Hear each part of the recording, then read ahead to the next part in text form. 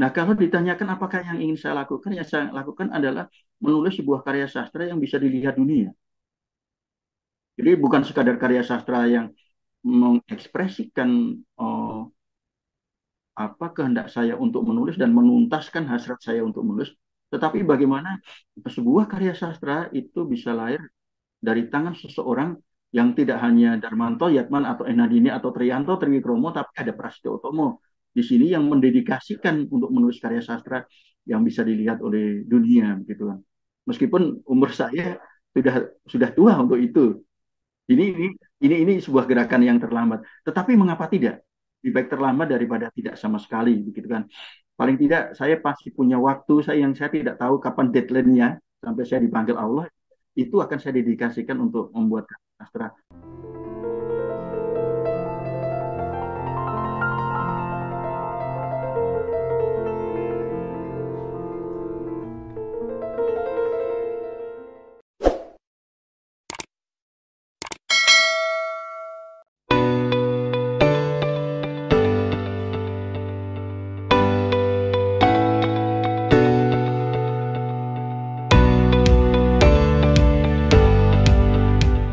Assalamualaikum warahmatullahi wabarakatuh.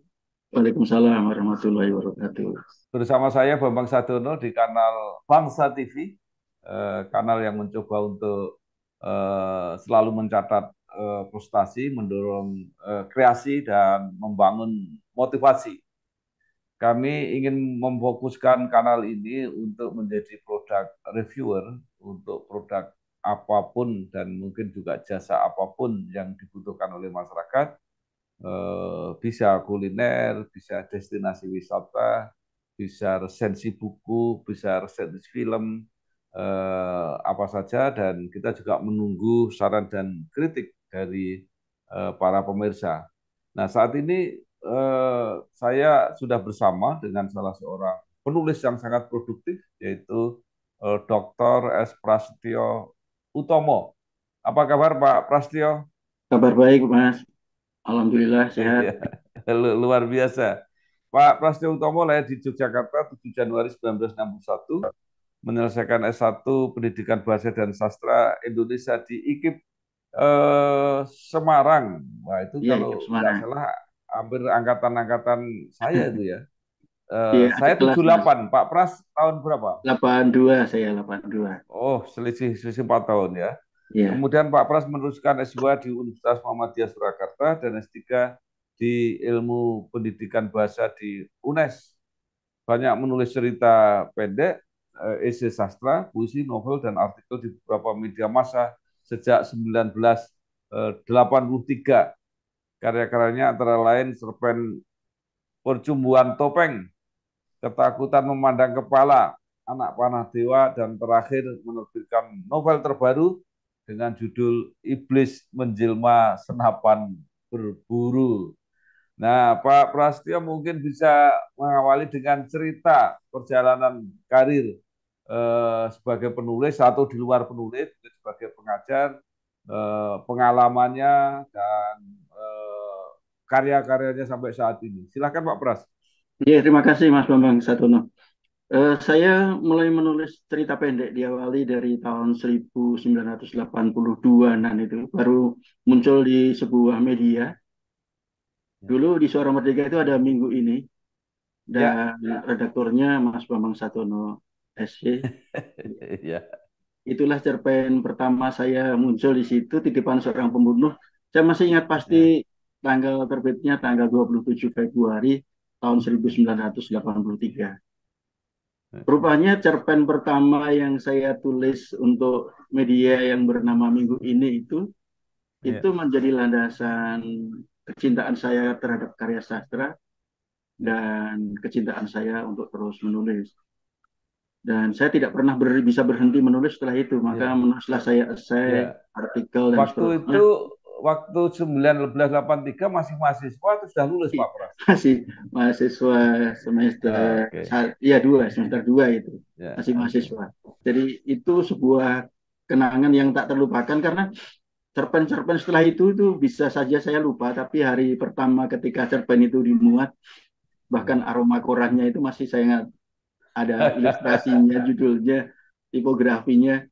Itu semua karena Mas Bambang membuka rubrik kayak bimbingan di minggu Ah, ini, yang tidak ada lagi ya, si redaktur setelah itu. ya. Jadi Catatan dikulas. kita. Iya, catatan kita itu semacam sebuah bimbingan bagi para penulis Ya, pemula untuk punya semangat dan menulis di situ. ya, ya, Bahkan juga eh, saya yang pertama itu munculnya di minggu ini juga, ya, ketika ya. Arif Budiman meluncurkan tentang sastra kontekstual, Ah, maka saya kemudian menulis di situ saya sebuah saya yang pertama kali, dan di luar dugaan saya ditanggapi oleh Arif Budiman di Kompas. ya, Jadi ya, rupanya andil Mas Bambang di media massa ketika itu ya. di minggu ini itu cukup besar di kalangan para sastrawan di, mungkin sebenarnya ya tidak hanya Jawa Tengah tapi di Indonesia, cuma sayangnya kemudian ditinggalkan oleh Mas Bambang gitu kan. Gantian. Iya, iya. Dan berlanjutlah saya terus menulis ketika sudah menjadi guru, menjadi Ya, dosen di IKIP-GRI sampai hari ini. Jadi itu secara sekilas proses kreatif saya.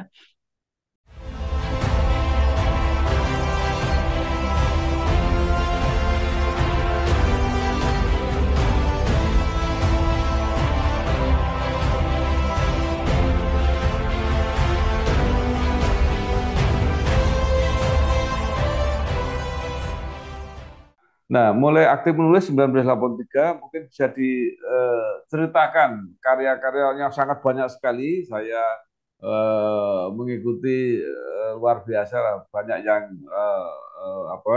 berkesan saya membaca. Tapi Pak Pras mungkin bisa bercerita cerita-cerita yang paling mengesankan lah. Kalau semua pasti sudah Iya, nggak iya, hafal karena terlalu banyak iya, iya, karya-karyanya. iya, Silakan Pak iya, Pras. iya. Ada banyak cerita saya tulis mengalir setelah itu. Yang paling mengesankan itu adalah sebuah cerpen yang kelak di kemudian hari mendapatkan penghargaan dari Menteri Pariwisata dan Kebudayaan Jero Aceh. Judulnya adalah Cermin Jiwa.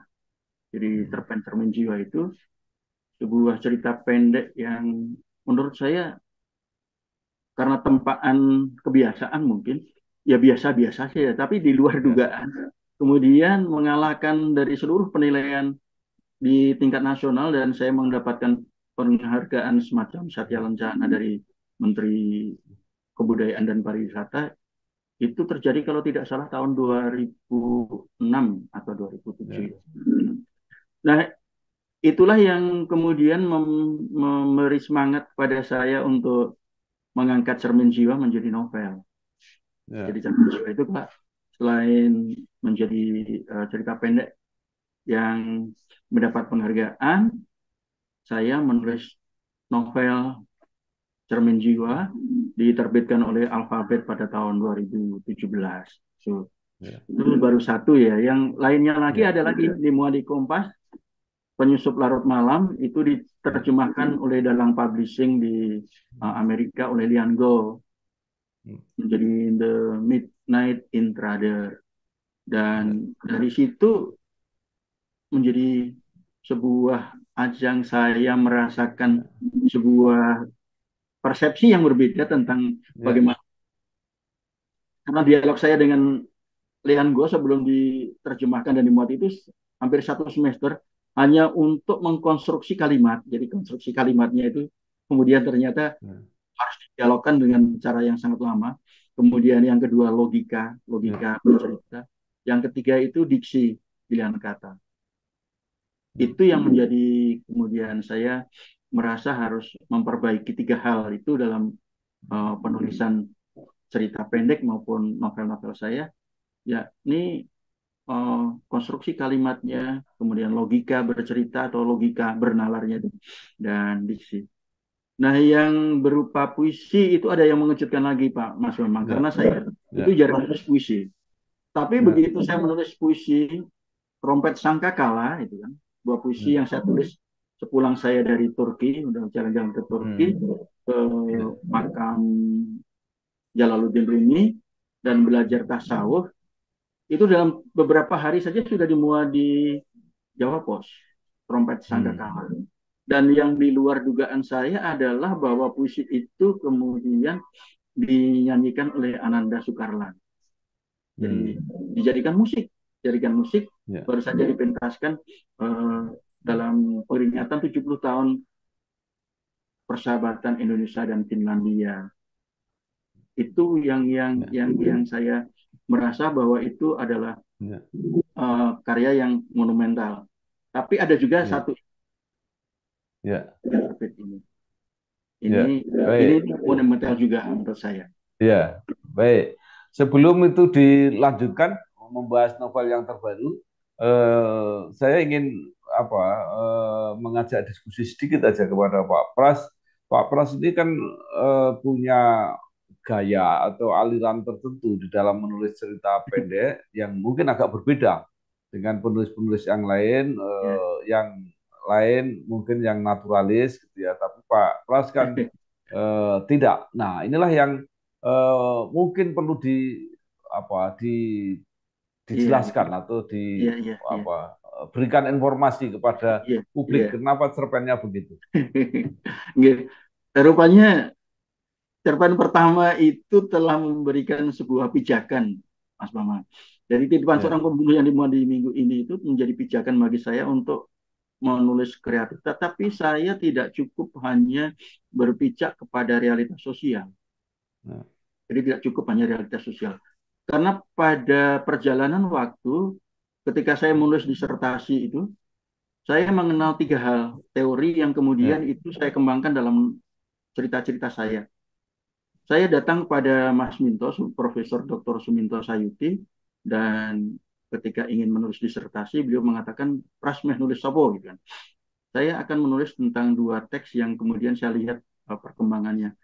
Beliau mengatakan kalau begitu pakailah intertekstualitas, dan dalam intertekstualitas itu ada 10 disiplin ilmu yang kemudian carilah yang sesuai. Maka saya menemukan apa yang disebut sebagai defamiliarisasi.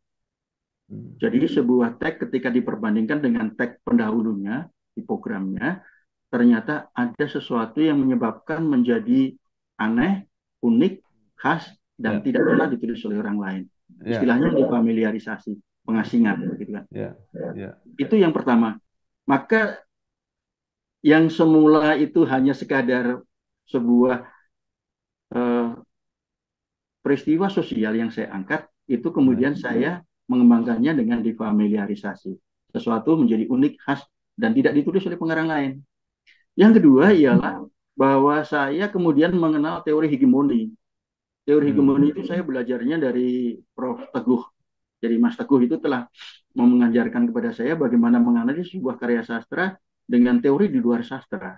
Maka jadilah saya sebagai orang, kalau istilahnya dalam kritik itu post-strukturalisme. Jadi saya sudah tidak lagi semata-mata hanya berkutat pada struktur, tetapi ternyata hegemoni itu telah merasuk ke dalam dunia sastra, sehingga kemudian sastra itu pun bisa dianalisis dengan teori hegemoni atau dominasi. Kalau hegemoni itu kepemimpinan dengan moral, dengan persetujuan, dominasi adalah kekerasan. Itu yang kedua. Nah, yang ketiga, yang menyebabkan saya kemudian meniupkan sesuatu yang berbeda tadi menurut Mas Bambang Sadono itu, ialah bahwa saya kemudian mulai belajar juga hal-hal yang berkaitan dengan sufisme. Di sufisme ini telah membawa saya untuk melihat hal-hal yang transenden, untuk melihat hal-hal yang gaib di luar nalar manusia yang berkaitan dengan Sang Pencipta. Karena itu kemudian novel saya, cerita pendek saya itu masih realis. Manusia masih manusia seperti itu. Tapi yang absurd itu adalah nasibnya. Yang absurd adalah perjalanan hidupnya. Yang absurd itu, yang surrealis itu misalkan, itu adalah sesuatu benturan-benturan, konflik, dan bagaimana orang itu kemudian mendapatkan katarsis, pencerahan, atau bahkan menemukan sesuatu yang menyebabkan ia bisa mendapatkan sebuah jalan hidup, cahaya keilahian dalam hidup. Itulah yang membedakannya pada karya-karya saya belakangan.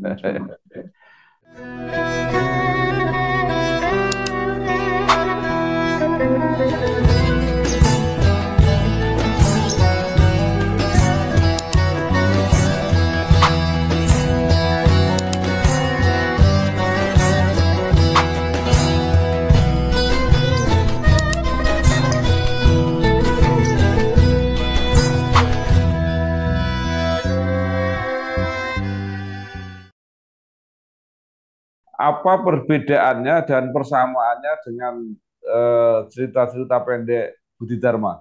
Nah, bedanya sangat banyak. Kalau Budi Dharma itu absurd karena lesatnya pikiran. Jadi Ya, pikiran-pikiran yang melesat.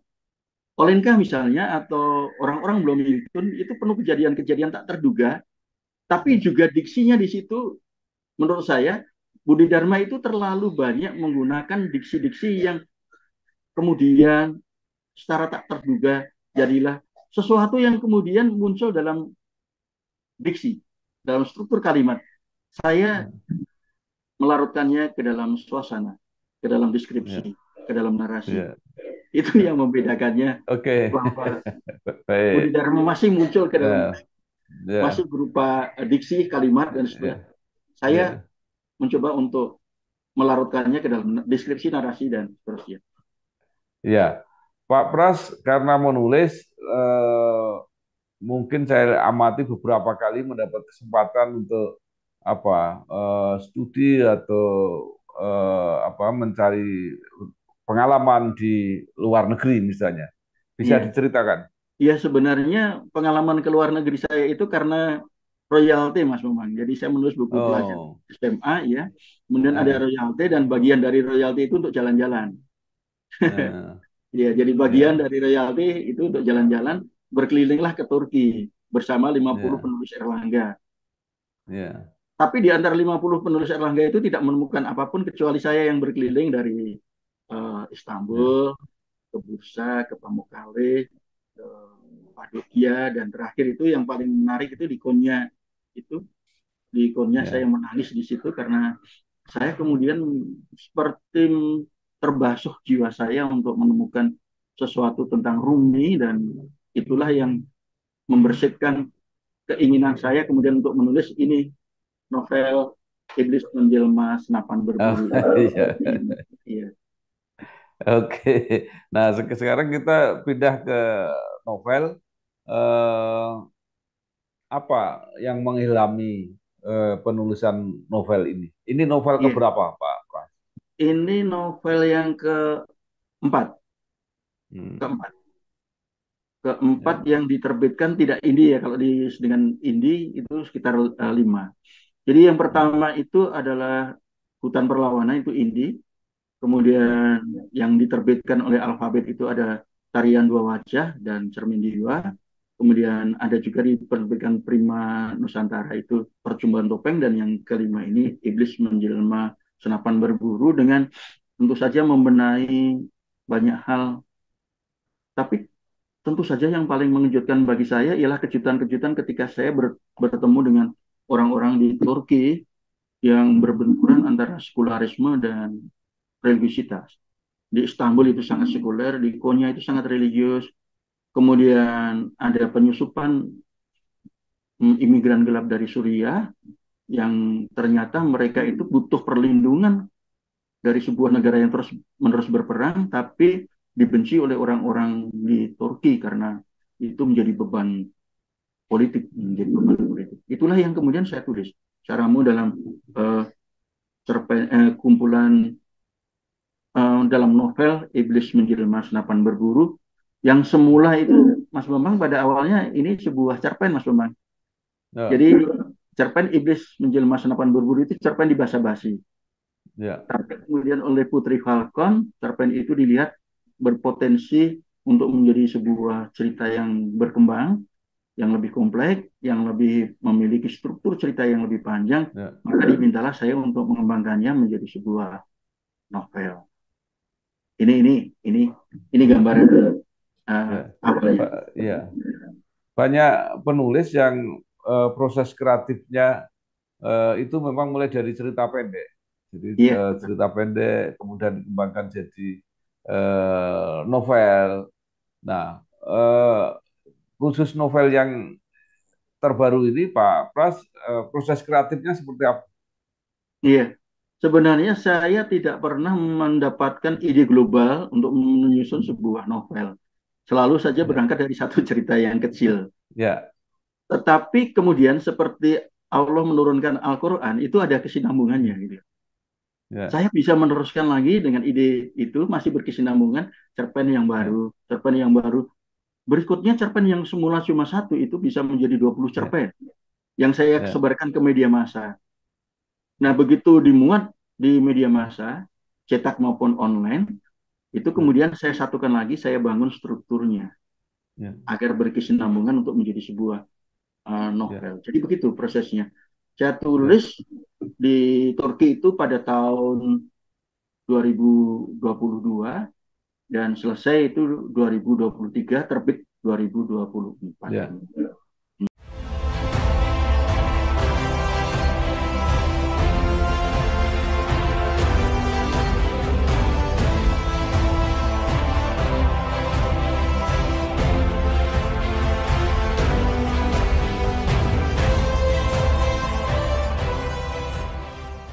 Pak Pras berpengalaman menulis berhubungan dengan penerbit, berhubungan dengan pembaca. Nah, kasus Iya, novel yang terbaru iya, ini siapa yang menerbitkan? Karena kan menerbitkan buku iya, sekarang ini kan risikonya sangat sangat besar.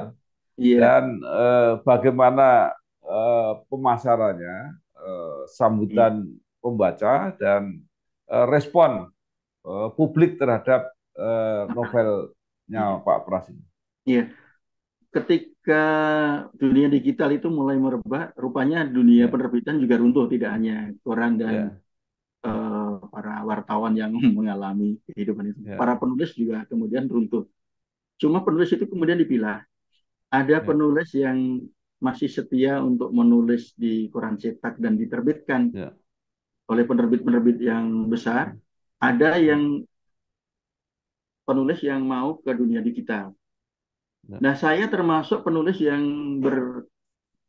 apa,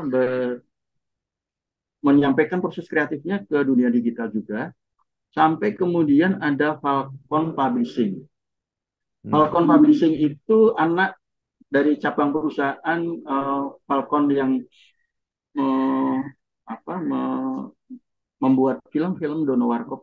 hmm, Tapi ini ya, ya, publishing itu hanya ya, penerbitan saja. Beliaulah Putri Falcon yang bekerja di editornya itu yang pertama kali menghubungi saya. Inilah yang luar biasa. Jadi ya, saya tidak menawarkan, akan tetapi Putri Falcon yang tertarik dengan cerpen Iblis Menjelma Senapan Berburu itu. Kemudian ketika sudah selesai menjadi sebuah novel, diterbitkan juga, ada tiga yang lainnya. Dan kemudian bagaimana pemasarannya, inilah yang menarik juga. ya, Ternyata pemasaran bisa dilakukan secara konvensional juga, lewat hmm, toko-toko buku dan perdagangan-perdagangan yang biasa.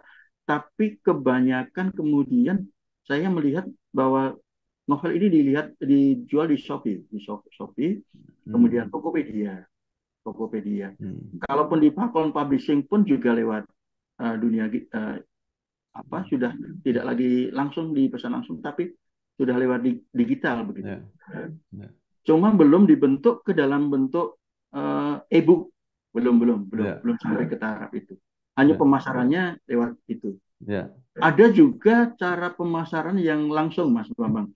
Pada ya, tanggal 12 nanti di Gramedia ya, Setiabudi di Semarang akan ada dialog novel ini, ya, novel Iblis Menjelma Senapan Berburu dengan ya, para pecinta buku. Ternyata ya, pecinta buku itu masih ada, ya, anak-anak muda lagi, cerdas-cerdas. ya, Dan itu yang ya, membuat saya bersemangat karena antusiasme mereka itu terhadap buku ya, itu melampaui dari siapapun, dari persepsi yang paling buruk dalam benak ya, saya bahwa literasi di Indonesia itu jatuh ke ya, tahapan 10 terbawah, tapi saya hmm, menemukan para mahasiswa-mahasiswi ya, yang membaca novel secara langsung, yang mencium aroma bukunya itu, hmm, yang membuka-buka dan bisa meletakkan dan dibaca lagi dengan ya, kecintaan dan antusiasme yang luar biasa.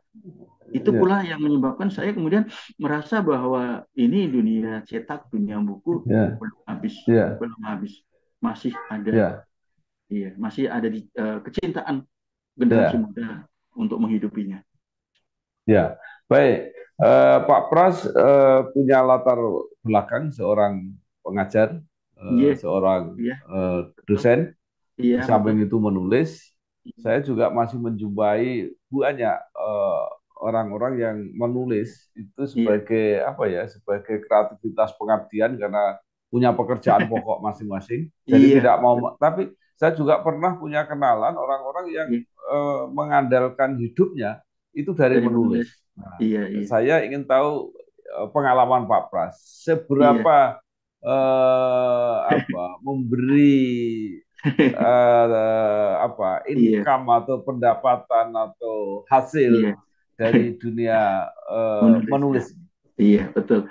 Sebenarnya harus pilah Mas Bambang Ya, antara yang idealisme dengan yang materialis gitu kan. ya, Keduanya saya ya, jalankan. Untuk ya. menulis yang mendapatkan royalti yang cukup besar, itu saya menulis buku teks pelajaran diterbitkan oleh Oh, Erlangga, buku SMA Mas Bambang bahasa Indonesia, ya, yang royaltinya itu jatuh 2 kali dalam setahun, ya, Maret dan Oktober.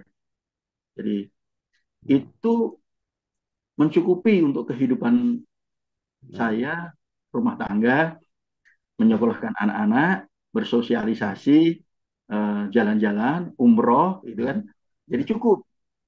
Jadi ya, rupanya ada dunia penerbitan, meskipun tidak ya, berupa ya, fiksi, tapi itu ya, cukup untuk menghidupi dunia ya, saya, sehingga saya bisa menulis dengan tenang.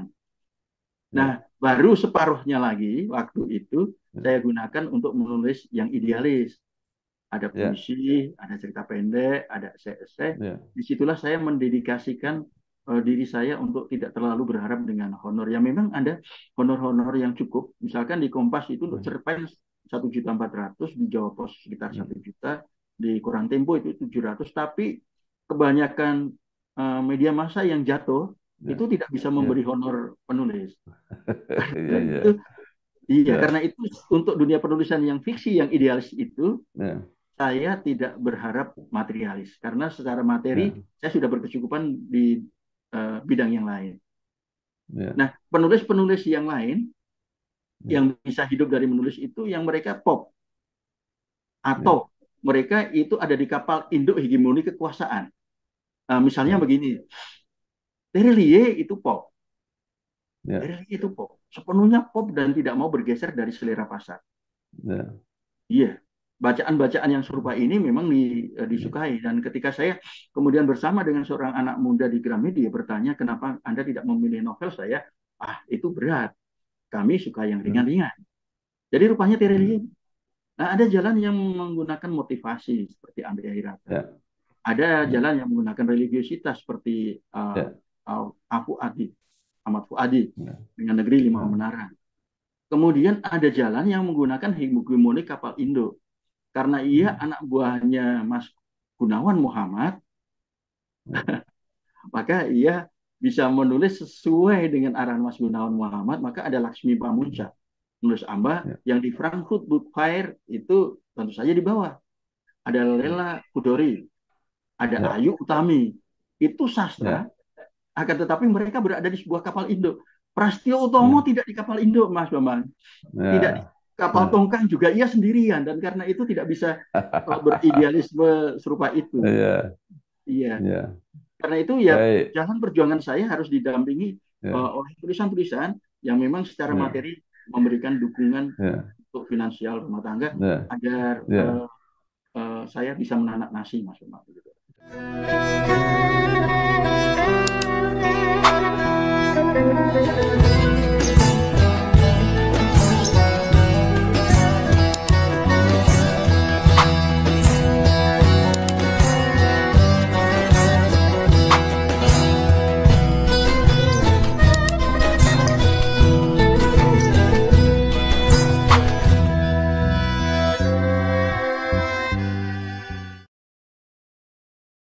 Ya, baik. Pak Pras sekarang sudah tidak mengajar. Iya, tidak Mungkin royalti buku pelajaran masih masih masih ada. berjalan. Iya. Nah, ya. Eh, apa rencananya ke depan? Apakah akan lebih banyak menulis fiksi atau apa? Apa pengen mendidik apa calon-calon penulis yang baru? Monggo Iya, silakan Pak Pras. iya, iya. Sebenarnya idealisme saya tidaklah luntur atau bahkan justru sekarang ini sedang berkembang. Dulu itu kan saya punya angan-angan kalau saja cukup materi pada saya itu akan membuat kampung sastra yang Hmm. mempertemukan para birokrat, ahli agama, ulama-ulama, kemudian para cendekiawan dan anak-anak ya, muda dalam diskusi yang saya biayai sendiri. Itu dalam ya, dalam ya, idealisme saya, meskipun itu ya, belum tercapai sekarang. Nah, kalau ditanyakan ya, apakah yang ingin saya lakukan, yang saya lakukan adalah menulis sebuah karya sastra yang bisa dilihat dunia.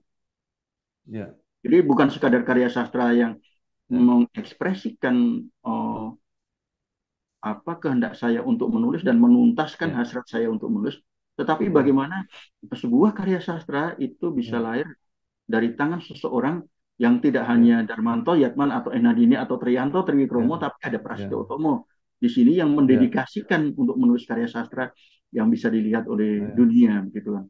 Meskipun umur ya, saya sudah tua untuk itu, ini ini ya, ini sebuah gerakan yang terlambat. Tetapi mengapa tidak? ya, Lebih baik terlambat ya, daripada tidak sama sekali, begitu kan?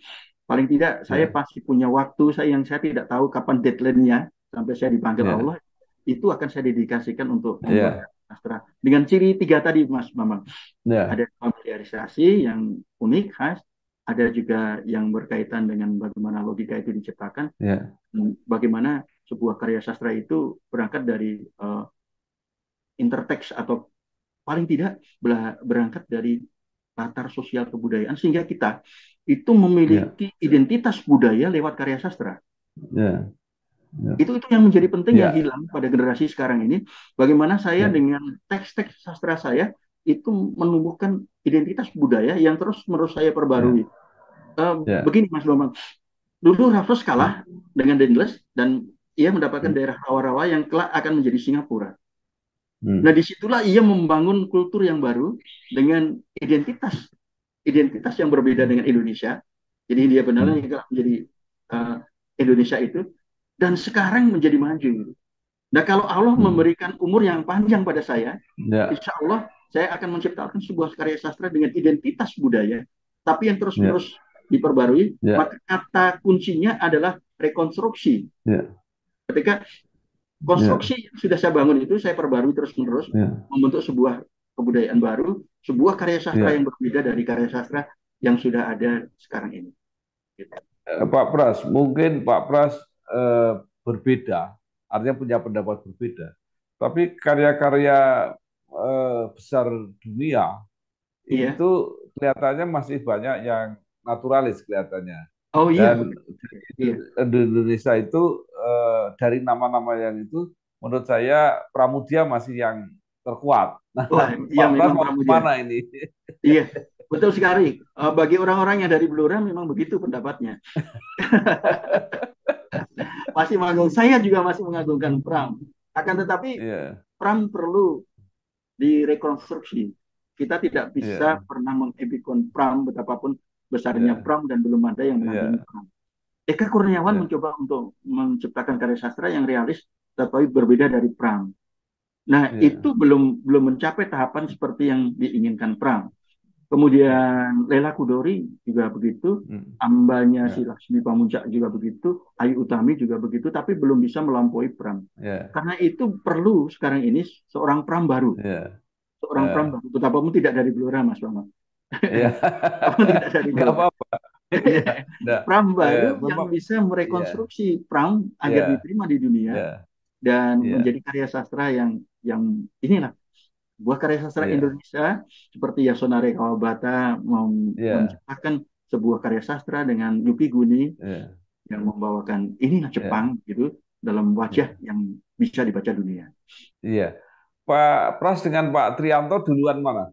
Duluan saya kakak kelasnya satu tingkat Oke, dan oke. menulisnya juga Nah, lebih awal saya, artinya ya, dipublikasikan di koran lebih awal saya dengan Trianto Trikromo. iya. Artinya dua-duanya potensial lah. Ya. Bentuknya seperti apa, ya itu strategi masing-masing. Tapi yang penting kita bisa Iya, punya seorang Pram yang dikenal dunia itu iya, penting. iya, Nah, terakhir Pak Pras, iya, apa yang ingin Pak Pras katakan atau sarankan kepada anak-anak muda yang juga punya passion, punya minat untuk iya, menjadi penulis? iya. Eh, Mas Bambang suka mitologi, maka saya cerita tentang mitologi Rahwana saja ya. Ya, Rahwana itu kan kalau ia dipenggal kepalanya tapi masih jatuh ke tanah dan terhembus angin, ia akan hidup lagi, ya, akan ya, mati dan hidup lagi. Seperti itulah hendaknya seorang penulis, seorang sastrawan. ya, ya, Jadi ia mungkin saja gagal, ya, jangan mati, bangkitlah kembali dan begitu seterusnya. ya, Barangkali, barangkali belum ada sekarang ini finansial yang bisa mencukupi kehidupan mereka, tapi ya, cobalah untuk membuat strategi. ya, Jadi tidak cukup hanya kekuatan etos saja, tapi perlu ya, strategi. Saya tadi menggunakan strategi yang satu untuk cari uang, yang satu untuk idealisme, begitu kan. ya, Orang lain menulis dengan ya, cara strategi membuat yang seperti Terelie. Tapi saya yakin ya, ya, Eka Kurniawan itu ya, mati-matian di bidang sastra itu dan dia bisa ya, hidup, bisa membiayai rumah tangganya dan ya, nah ya, kenapa tidak cara yang ditempuh Eka Kurniawan itu kemudian ya. ditempuh juga para generasi sekarang ini? Dia itu berkemungkinan untuk bisa bertahan hidup. Pak Pras, saya punya tesa yang mungkin agak lain ya. Iya, Justru seorang kreator iya, yang minim fasilitasnya itu iya. jauh lebih kreatif daripada kalau mereka sudah mendapatkan fasilitas dan kenyamanan hidup. Nah, karya-karya besar lahir dari orang-orang susah. Nah, gimana Iya, kalau menurut Pak Pras? iya. Saya melihat juga bagian dari pewahyuan itu bahwa seseorang Iya, sebenarnya menulis itu tidak sendirian. iya, Ada Gusti Allah yang menaungi. iya, Nah, Topo Brotonya seorang penulis yang Mas iya, Bambang katakan itu dalam keadaan kepapaan, Pram itu di Pulau Buru gitu kan. iya, iya, Tapi Mas Bambang tidak bisa menafikan orang berkelebihan harta dan kemudian ia tumpul. Sepanjang ia kemudian melakukan Topo Broto, iya, ya, meskipun berkelimpahan materi, iya, dia melakukan Topo iya, Broto dan kemudian ia menempa dirinya untuk konsisten menulis, iya, kewahyuan itu akan iya. menaungi dia dan insya Allah ia akan menjadi Eh, yang punya nama. Begitu Mas. Jadi ya, jangan jangan ya, kok penulis kira ya ya, serapopo gitu kan. maka maka pilihan-pilihannya menjadi penulis berkualitas tapi miskin atau menjadi penulis kaya tapi karyanya tidak berkualitas Iya. atau kalau bisa kaya tapi berkualitas. Nah, Ya, itu pilihan, itu kaya berkualitas Mas Bambang. Jadi jangan ya pesimis. baik, oke. Jangan pesimis untuk menjadi penulis. Selalu Ya, ada jalan yang bisa ya, menaungi spiritualisme maupun materialisme dan ya, karya yang besar. Begitu. ya. Baik, terima kasih sekali Pak Dr. S. Prastio Utomo, penulis kreatif, penulis produktif. Mudah-mudahan apa yang dilakukan menjadi inspirasi untuk Amin. penulis-penulis muda, bisa hidup dengan mapan, bisa jalan-jalan ke luar negeri, Iya, hidup dengan nyaman, tapi iya betul karya-karyanya betul. kreatif, Iya, dikenal dunia. Nah, iya ini betul. kita cita-cita yang Iya luar betul biasa. Mas. Mudah-mudahan tercapai. Terima kasih. Amin, Sukses. amin. Iya. Wassalamualaikum warahmatullahi wabarakatuh. Waalaikumsalam warahmatullahi wabarakatuh.